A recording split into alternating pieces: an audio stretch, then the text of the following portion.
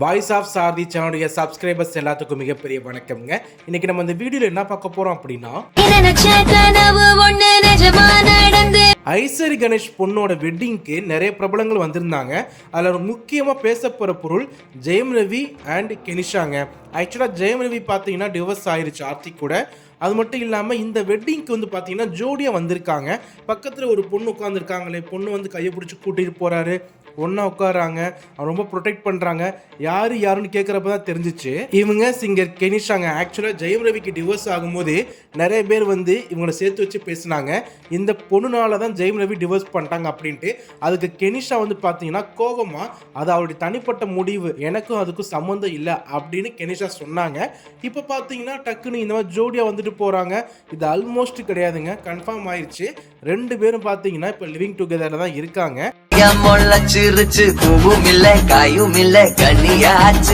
இது ஒரு பக்கம் போயிட்டு இருக்கு. அவங்களோட எக்ஸ் ஒய்ஃப் ஆர்த்தி வந்து ஒரு ட்வீட் பண்ணியிருக்காங்க, லெட்டர் பேர் டைப் பண்ணியிருக்காங்க. என்ன அப்படின்னா, அதாவது நீ 2 பையனுக்கு அப்பாங்கிறத மறந்துட்ட, அதை எப்பவும் மறக்கக்கூடாது, பட் அதை நீ வந்து தவற விட்டுட்ட. இன்னைக்கு நீ யாரு அப்படிங்கிறது வெட்ட வெளிச்சமா உலகத்துக்கு தெரிஞ்சிருச்சு. பட் நீங்கள் வந்து 18 வருஷமா நான் உனக்கு விசுவாசமா லவ்வோடு இருந்தேன், பட் இன்னைக்கு நீ யாருங்கிறத எல்லாத்துக்கும் முன்னாடி நிரூபிச்சுட்ட.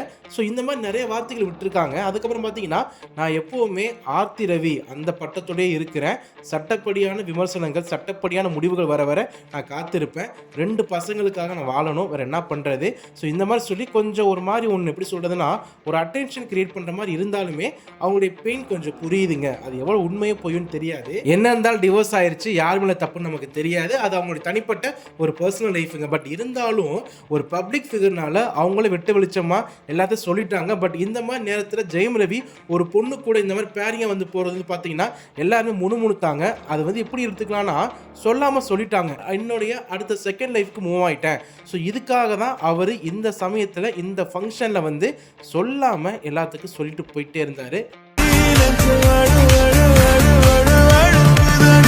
ஒரு பிரபலமாக இருக்கிறாங்க, செலிபிரிட்டியாக இருக்கிறாங்க, பப்ளிக் ஃபிகராக இருக்காங்க அப்படின்னா பண்ணுற சின்ன விஷயம் கூட பெருசாக தெரியும். இதுலேருந்து ஒன்று தெரிஞ்சுக்கலாங்க.